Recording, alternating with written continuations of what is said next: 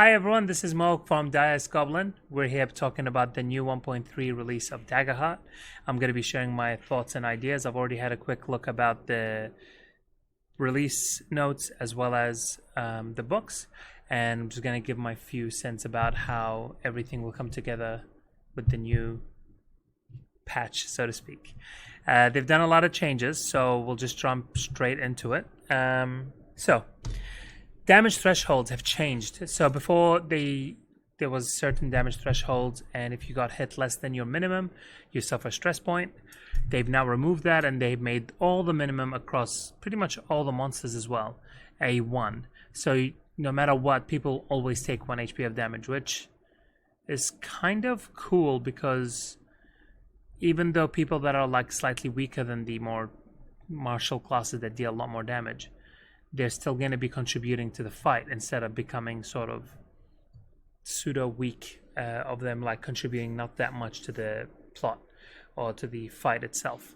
I know in other systems where like if you're fighting a creature with like 400 HP and your character's only doing 10 points of damage, that's like a drop in the bucket. Well, in this context, they'll just have these HP bars, but you're at least doing that 1 HP of damage. And then the fighters that are doing really heavy hits, they're averaging 2 and maybe 3. But it creates a more unique experience of not letting players feel like they're not doing much, which is nice. But also, one of the beautiful thing about it is that the stress points are now going to be utilized a lot more by myself, like as a GM, because before I was kind of afraid to touch it because even though there were rules around like, hey, you can make people stressed out during social situations or whatever, I was always conscious of not going too hard because I was like, stress is a mechanic that they need to effectively have a damage soak. Now that that's not the case, it means that I'm going to be going after that stress a lot more harder because it creates a lot more cool dynamic moments where, you know, as soon as you get a fear, they have actually changed the fear mechanics as well, where you're not actually getting fear at everything that happens. Instead, you get to choose to either take a fear token or create a consequence. You can't do both, which honestly, that's going to mean that I'll have less tokens because of certain times I've managed to stack up a lot of tokens and gets to 10, and I'm like kind of scrambling to create events for stuff to happen.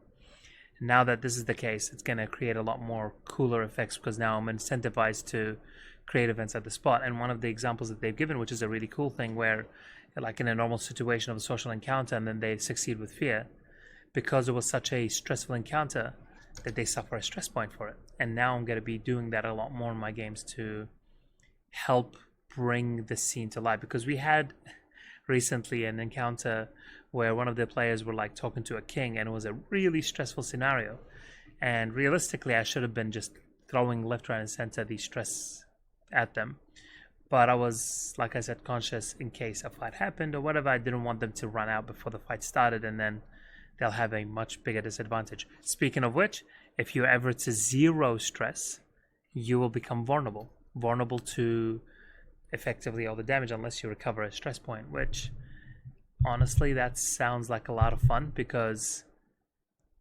instead of me trying to inflict a condition, I'll stress the players out and then make them vulnerable, and then I'll have advantage on the die rolls. And advantage have changed now, which is going to move us on to the next point, so to speak, which is somewhere down here. Advantages are now you get to roll an additional hope dice. That is so cool because now obviously you're getting something familiar like D&D, but the beauty about it is you're more likely to succeed with hope, but you're also more likely to crit. So even if your second roll has been worse, but then it matches the fear token, then you just got a crit, and then that becomes a better roll. And so that is a cool way of doing it. And also GMs now get a D20, well, you roll the D20 twice. And so we just go like to D&D advantages now, which is very, very nice. All right, the next thing is GM moves in fear. We've already talked about that. Stress points, we talked about that. Using an action. That one is a really interesting one because I kind of liked the first iteration of 1.2 of how they did it, because there's a lot of stuff like, for example, drinking a potion that did not require an action, and the players could just down something in the middle of combat, which created a level of a breathing room for them.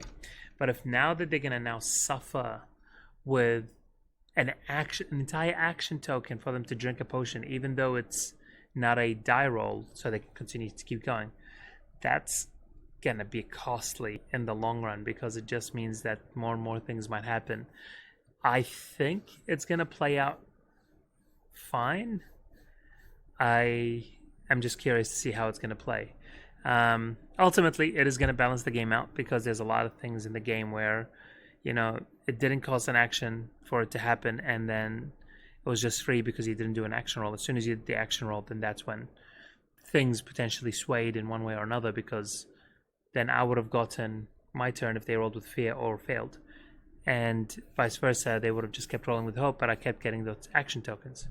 So it's an interesting little addition that I am curious to see how it plays out, which honestly I'll be running a game in about an hour anyway, so we'll see how that goes, and I'll give my update later. Speaking of which, I was going to do a video about how to play the game, but now the new thing got released, so I'm probably going to just postpone it to probably Friday for me to release a video about a simple how-to play guide for the system. And we'll go down. Oh, they've changed the Bard's rally feature, which I'm kind of sad. The mechanics that they had every time a fear token was gotten, the Bard would ticket. That was a really, really neat mechanic. It was such a neat mechanic that I think I might just homebrew an item or something to make it a thing, because the players were literally rooting to get fear now, because then they would get that. Because the way we played it was a little bit too OP. Every time the Bard have given a rally dice, then it would reset, and then it would build up again, and then give it again and again and again. And so when the party was doing poorly, it was actually helping them in one roundabout way, which I think is a really, really, really good way to kind of offset the stress, real life stress, of having the fear mechanic become a thing. So other than that, we're going to talk about the next thing. I've read about the Guardian, how they now added the D4 onto their armor, but I haven't had the chance to read the rest. I'm glad that they managed to get a list of suggestions for player experiences. That's super important, because a lot of players that I had when they created the characters, they were kind of looking at me confused as what that meant. Next is on your turn. Oh, so this is going to be talking about movement, right, eventually? Or is this... Oh, yeah, here it is, movement down here. So, yeah, they're now trying to define specifically how movement is going to be made, which is great. Before was a little bit unclear, but even though it wasn't, we managed to still pretty much rule the same thing that they're currently writing in the book, so it wasn't too far off the mark of what they were doing. If you wanted to move far range, on the other hand, then you just had to roll for it, which they've already made it very clear beforehand. Advantages changed, like we discussed earlier. Helping an ally is fun, because now they get to roll hope as well, but it doesn't count as a action. And we talked about stress, then we talked about action thing. Oh, and group action rolls. Yes. They've done that. It is so cool. One of the beautiful thing about what they did there is they added a group mechanic where you choose and allocate one person to do the action roll. So that's effectively a singular action roll that gets done, but then the rest will do reaction rolls. And so reaction rolls don't get fear tokens or hope points, but it's just reaction rolls. So everybody does a reaction roll. The main person does an action roll. And so the main person only contributes towards a fear or hope. But they've actually added a caveat that if you're doing it in the middle of an action tracker moment thing, every single player that participated in that group action must put an action token down, which sounds pretty intense. But I reckon that since they're all actually doing the sneak or whatever, that'll be good. Oh, by the way that it works is all the people that do reaction rolls, they will contribute a +1 or a -1 to the roll. So if they beat the roll, like for argument's sake, let's just say the DC is a 14. If they got less than 14, then they will get a -1. And if they get 14 or higher, then they will get a +1. And they will just narrate how. Like, for example, let's just say the wizard is going to be casting a fireball onto the wall to break it as they're running through. And then he failed. His fireball doesn't go through, but then the guardian at the front is holding his shield as he's running past to make sure that the no debris is happening. And he succeeds. He's running at the forefront, hits it, the wall is crackling, and then he bursts through, breaking the path instead. So long story short, it will just contribute to like a +3, 2, 3, or 4, depending on how many players succeeded, to the roll of the main person. And then that person would roll, giving them whatever the rolls that they've done. It's a nice thing because I've kind of struggled over the last couple of weeks to run things for groups. And I kind of just increased the DC and then got them to help, because, you know, helping as a D6 is so powerful. And so I was like, okay, the normal DC, if everybody was going to try to do it, it's going to be a 14. But if you allocate one person and do it as a group, it's going to be a 25.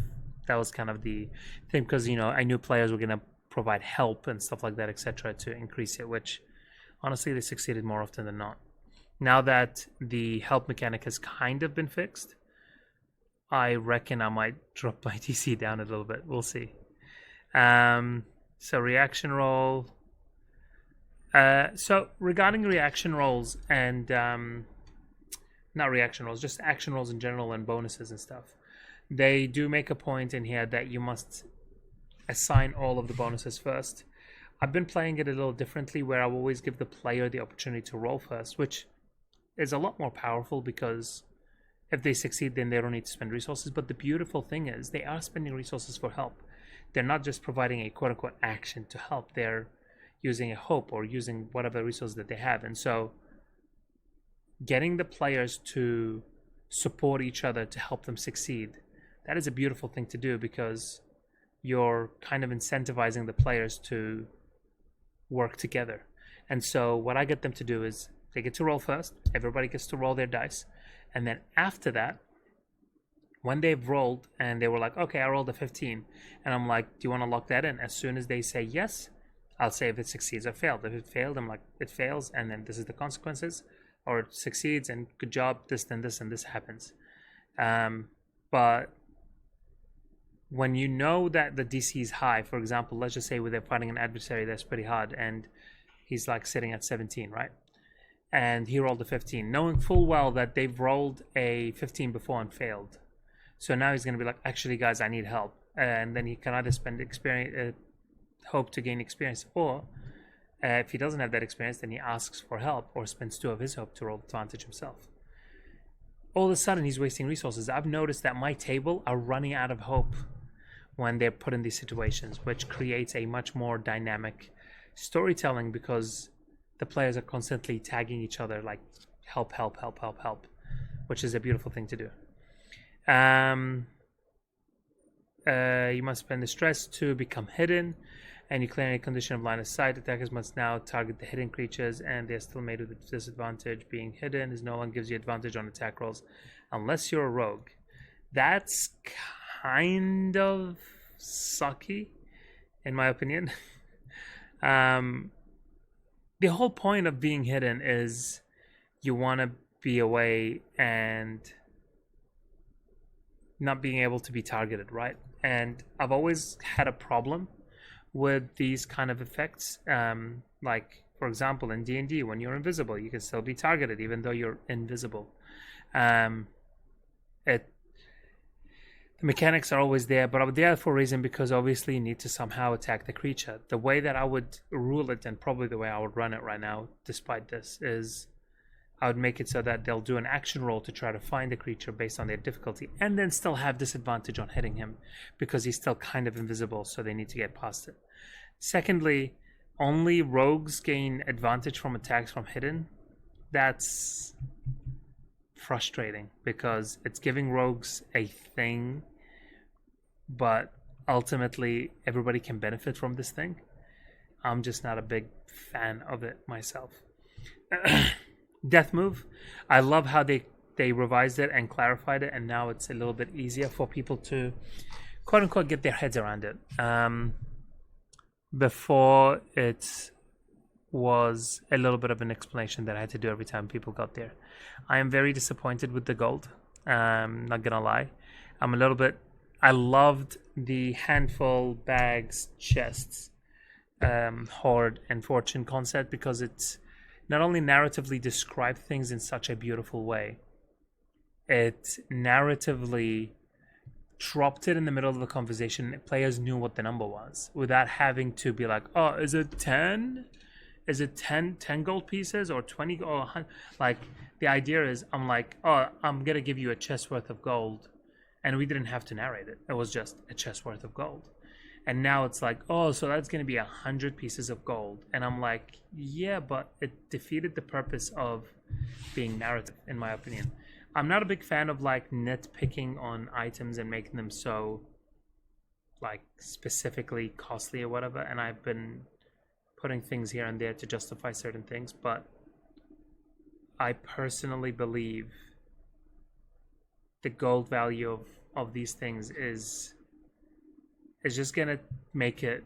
I know this sounds a bit like biased, but it's gonna basically make it like D&D. So you're looking at, you know, specifics of, oh, I guess I have 100 chests of or 10 chests of gold now, and it's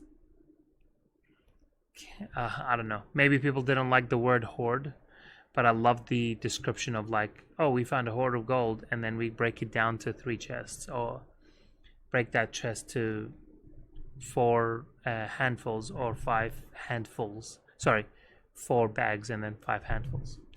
Anyway, that's just my 2 cents on that matter. Downtime, they clarified it, which is great. Action tracker is also applied, which was just the same thing. Player-facing summaries, I haven't had a chance of reading that yet, actually. But that does sound really interesting. I haven't had a chance to actually dive into that. Multi-classing, you can now gain access to the standard class feature. Yes, because I've actually played with a build earlier, and I was just a little bit like, felt like there's no reason to change classes. And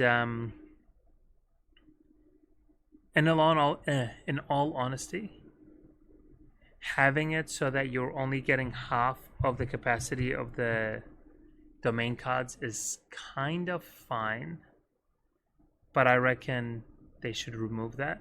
I reckon giving access to an entire new domain, because you can only get 1 domain card period anyway, and taking away the aspect of that domain thing so early,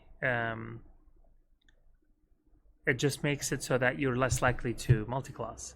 I actually thought about it, and if you put enough of options out there, like for example, like if you get the entire category of that subclass and you get the entire class features, which is great, but you get entire like domain cards for that would be so great, because I would probably pick subclass twice and not get the master feature, and also make the master features better. Some of them are kind of meh. In my opinion. I'll probably do a video specifically talking about the class features.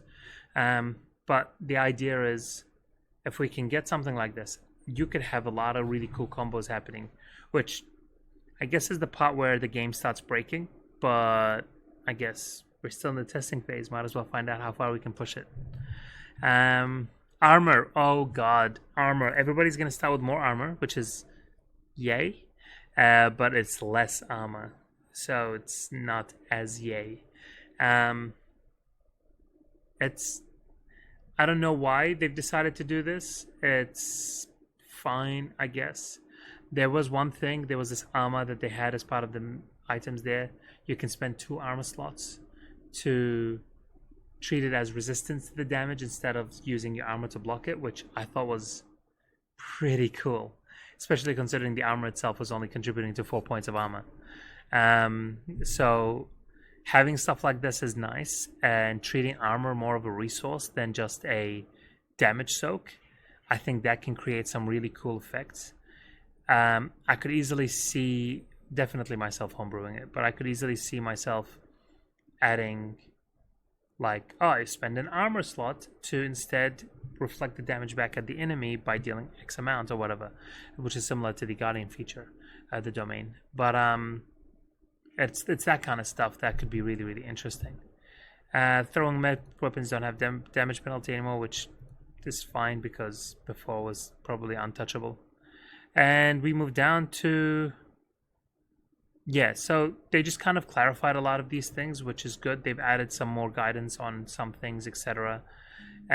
Social conflict, that was fun to read because it was giving more examples of exactly what it is that they were working with.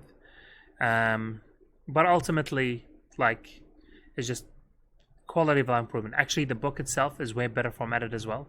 I know they haven't put all the fancy artwork and stuff yet, but it's just the formatting is a lot nicer, easier to read, easier to follow. They've kind of put things in boxes now, which, just makes it everything, just your overall life better. Adversaries. So the monsters have gotten a massive buff, which, in my opinion, and they've made all of their damage threshold minimum is 1. So you always deal damage, which is fine. Before it wasn't like that, but it is what it is.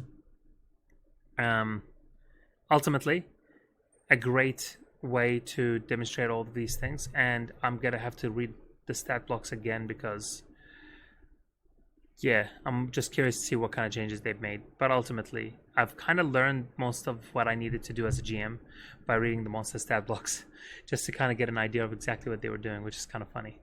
And yeah, the last 2 is just customizing a game and then talking about the game world. And yeah, that's pretty much it. I hope that wasn't too crazy, going all over the place. Hope you guys followed along and enjoyed the video. Give me a shout or ask any questions you want in the comments below. And if you like the content soon, give it a thumbs up and maybe subscribe. And we'll post more videos soon. Cheers. Bye.